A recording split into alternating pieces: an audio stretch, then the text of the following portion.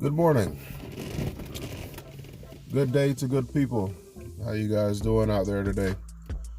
I just wanted to bring you another passage from The Richest Man in Babylon, a book full of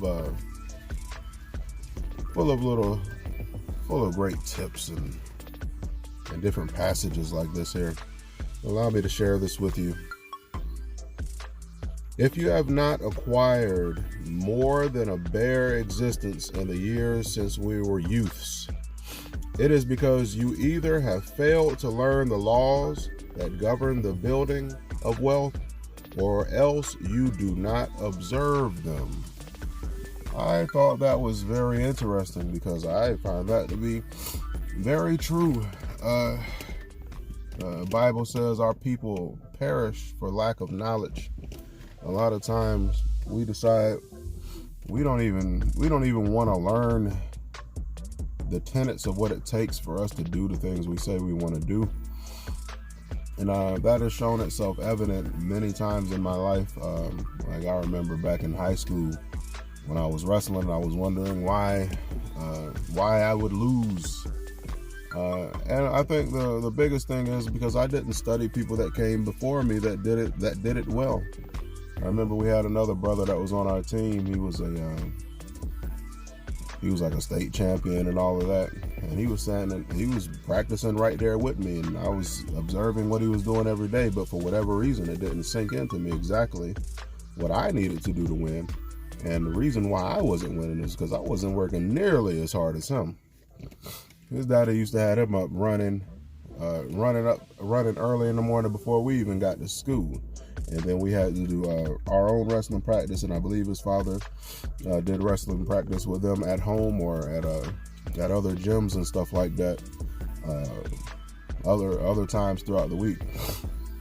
I thought that if I were to just practice like the team tells me to practice and come to practice 5 days out the week, that I was going to have enough to win.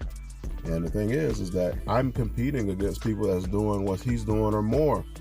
Is I'm not realizing, hey, I feel like I'm doing enough while I'm not getting it done. Well, you're not getting it done because you're not doing enough work. The answer oftentimes is to do more.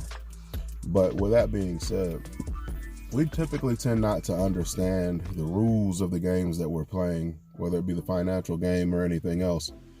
So I think we typically tend to, as the young people say, fail to understand the assignment.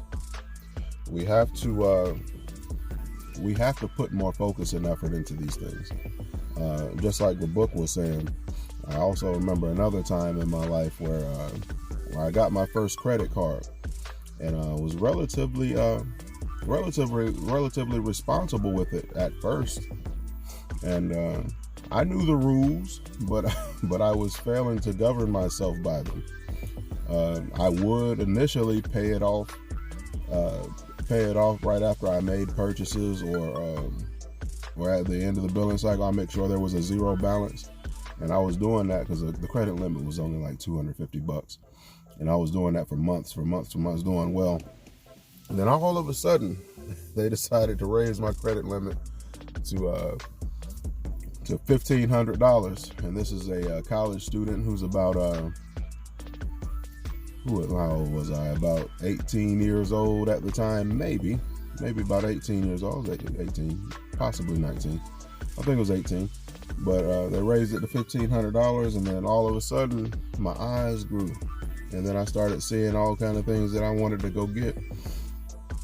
And of course, I had no real income, so I couldn't afford to pay off $1,500 worth of debt right away. And so now I'm getting hit over the head with, I think it was almost 20% interest and everything back then. And it took me years to pay off that little $1,500.